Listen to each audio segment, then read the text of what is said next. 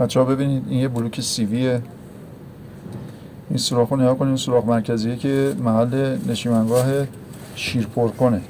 اما این دوتا سوراخی که تو تصویر داره نشون میده قشنگ نور داره رد میشه.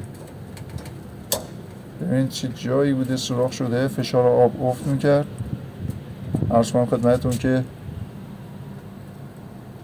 دستگاه هم خود به خود روشن میشد. ظاهر بلوک همه چی سالم.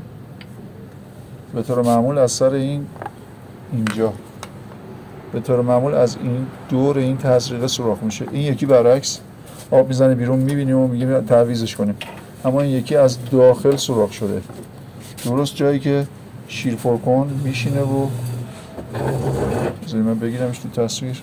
ایناهاش درست جایی که شیرپرکن میشینه سر جاش بسته میشه، ولی از بغل شیرپرکن ببینید قشنگ واضحه که آب از اونجا رد میکنه.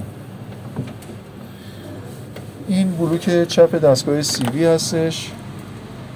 قابل توجه اون بچه‌هایی که دوست دارن بدونن، کار سرویس کارا یا اونایی که تازه شروع کردن.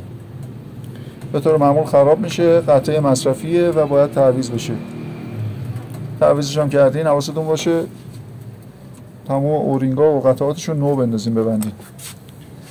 اینم ظاهر خود دستگاه.